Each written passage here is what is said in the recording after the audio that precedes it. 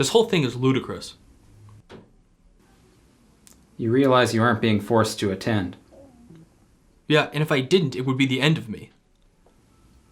Meaning that you do hold responsibility.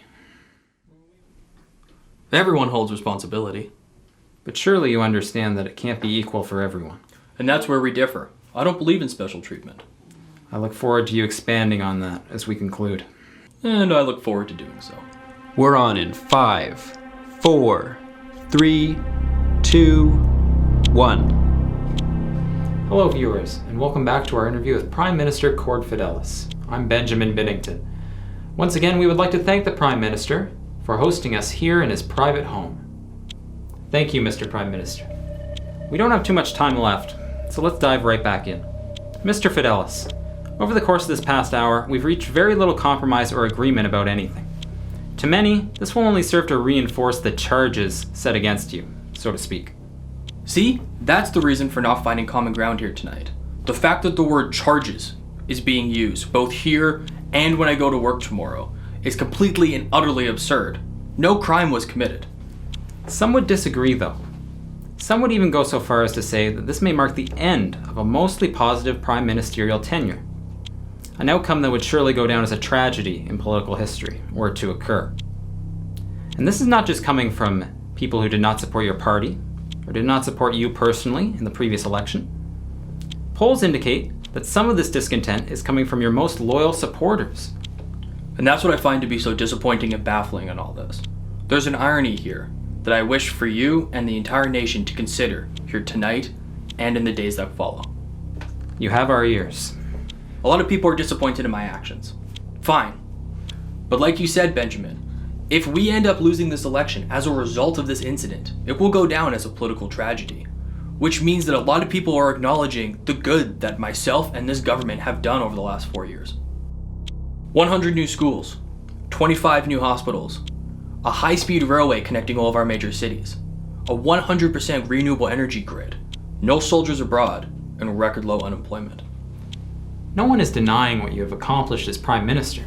It's what you've done outside of that. You seem to behave as if you're any other private citizen when you're not on Government Hill. The most recent kerfuffle serving as tonight's example. Throughout my political career, I've always campaigned myself as being that common guy. It's honesty, a commodity the Government Hill is in dire need of. I'm not that inaccessible bureaucrat that's just going to reappear every 4 years when necessary. The Cord Fidelis that you find on the street, there's the Cord Fidelis you're going to see on Government Hill. But surely there must be some sort of dividing line between a private citizen and a Prime Minister. You can't be the exact same person in both spheres. Why not? And I'm genuinely asking this question, both to you and to those watching tonight. Well, there is a differing social expectation and responsibility between a private citizen and a leader of all private citizens. There exists a social contract, if you will. You as a leader are expected to operate at a higher moral pedestal. A moral pedestal that, if we're being completely honest, does not exist. I think it's my turn to ask the genuinely honest question. What do you mean it doesn't? The simple fact that we're having this conversation dictates that it does. Sure, but it's an idea, it's not a concrete entity. That still doesn't deny that it is reality. Yes, but it challenges its reality. It's an idea we've constructed. It would not exist if not for us. And by us, I assume you refer to people like you and me. Everybody. I come from the school that any idea, any thought, any human belief does not exist without humanity, because we have created these values and beliefs. It sounds to me like you're attempting to exempt yourself from this moral pedestal. I believe I know what you mean, but I'll allow you to elaborate before a rebuttal. I appreciate it. So if we follow your logic, or belief I should say, and this moral pedestal is nothing more than a human idea that can be altered by anyone at any time, then it opens it up for leaders like you to potentially modify it to their own purposes. Right, go on. Meaning that, as the creators of this idea, this value, we also have the ability and authority to change it. Exactly. That's the problem. Well, maybe not problem, but the concern that I hold with your view.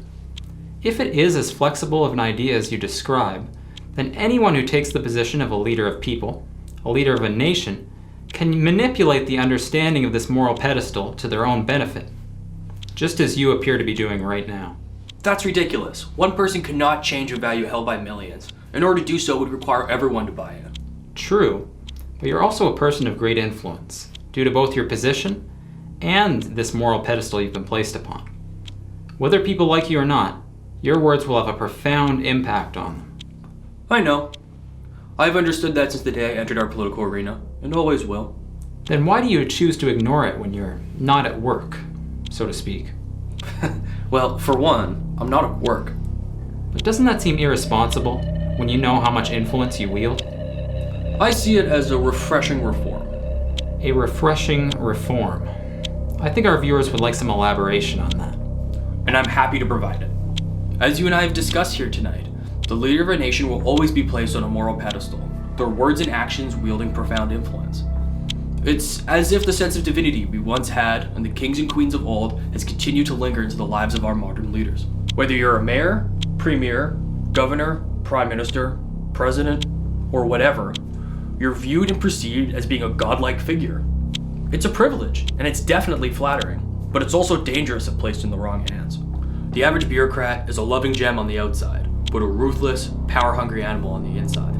They crave this divinity, and the longer it remains unchanged, the longer our problems with government will remain unchanged as well. So you fully acknowledge both the perceptions and the realities of the power you hold, but you refuse to maintain the elevated status of the position. Is that fair to say? I refuse to maintain the traditional status of the position. I'm not divine. No one is. We're all just people. I carry myself as that honest, open person because I am that person, and I think most people are that person. The role as Prime Minister requires more humility and less divinity. That's why I do what I do. Touching words. I don't think most people openly refuse to tip, curse at other drivers and pedestrians while driving, attend Little League baseball games with families, drunk, heckling the children. Surely these are not the methods of somebody trying to change the status and position of Prime Minister. No, hey, but that's just me. Like I said before, I'm not that inaccessible bureaucrat that reappears once every election cycle when necessary. Whether I'm at work or I'm walking down the street, I will always be Cord Fidelis.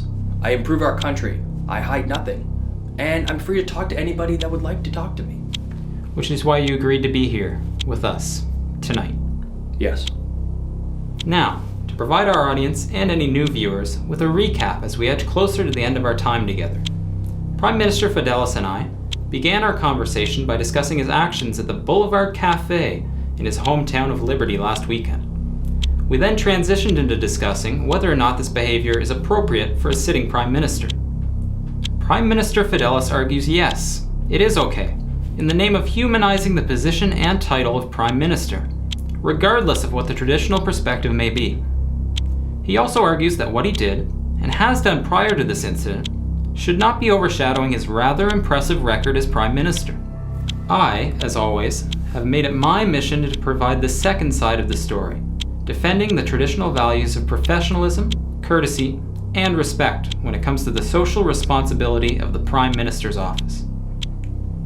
After the break, in order to complement our discussion, we'll be joined by the victim of Prime Minister Fidelis' latest transgression, and the subject of our conversation tonight, 8-year-old Ariana Cervantes.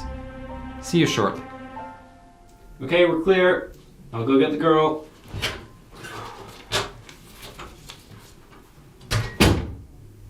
You know, you really are a defiant soul. Gotta stick to your principles. I guess I can give you some credit for that. And I, for your resilience. I guess we can reach a compromise after all. Of some sort, yes. You really don't like me. I never said that. But you imply it. I just expect more from my Prime Minister. More? Look what I've passed. And look at the way you behave. Oh, come on, Ben. You're degrading the chair. The chair needs to be humanized. The chair needs to be respected. By all. I am not a king. That doesn't mean you have to act like a buffoon. People look up to you. Buffoon, I have done so much for this country. Which is why it's such a letdown when you behave the way you do. No one is perfect. People expect perfection from the Prime Minister. Your results are excellent, but people need someone they can admire, Actions and results speak louder than words. Sometimes the most vile of words become the most disappointing of actions. I really hope you apologize. Why didn't she come on earlier? Nervous. She doesn't want too much solo airtime. But Mom is coming too. No. The mother will be waiting in the guest room. And why is that? We believe that having Ariana on her own will garner more attention. An 8-year-old versus the Prime Minister. Exciting stuff. I'm scared. Don't be. You've nothing to worry about. Everyone supports you. But what if he's mean again? He won't be. He knows it's a bad idea. But what if he is? Then just relax and let him be. He knows he's only hurting himself and not you.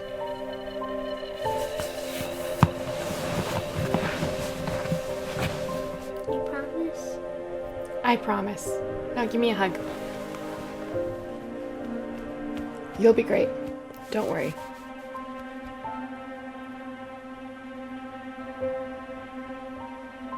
We're very happy to have you here, Ariana.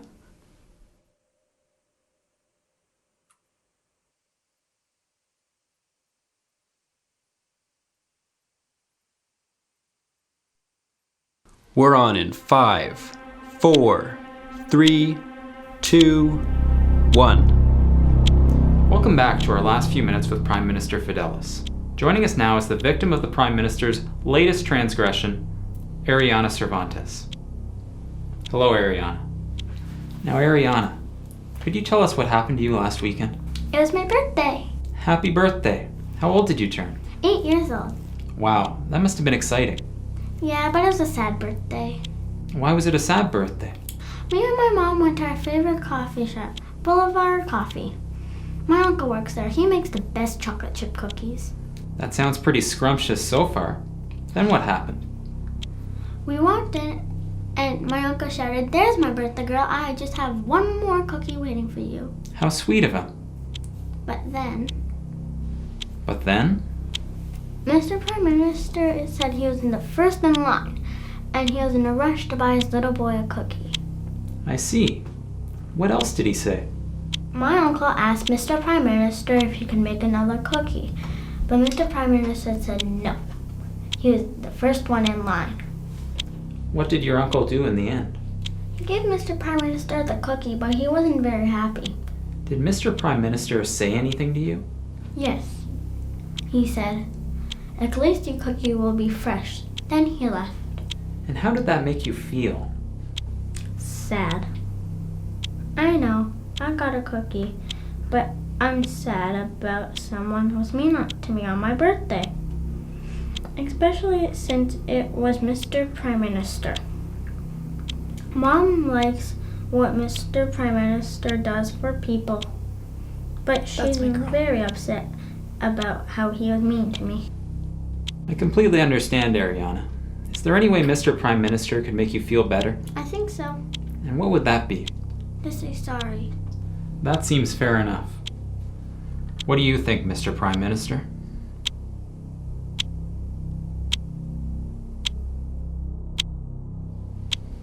I'm sorry that I made you sad. But you have to understand that I was getting something for my little boy. Just because it was your birthday doesn't mean you come first. Well, that's something, I guess. You definitely got more out of Mr. Prime Minister than I did anyway. You should be proud of that. Thanks again for joining us, Ariana. And I'd like to thank you, Mr. Prime Minister, for hosting our interview tonight. As always, you've proved to be a tough one to compromise with, but I guess you're always true to yourself. I couldn't agree more, Benjamin, and it has been my pleasure. I'd like to thank everyone for tuning in tonight as we approach the beginning of Prime Minister Fidelis' re-election campaign. I hope you found our exchanges to be productive, engaging, and thought-provoking. What do you value more in a leader? The ability to pass policy and get the job done? Or the power to inspire hope and positivity, no matter what their results may be? Are both possible? Or are we just dreamers? Until next time, I am Benjamin Binnington. Good night.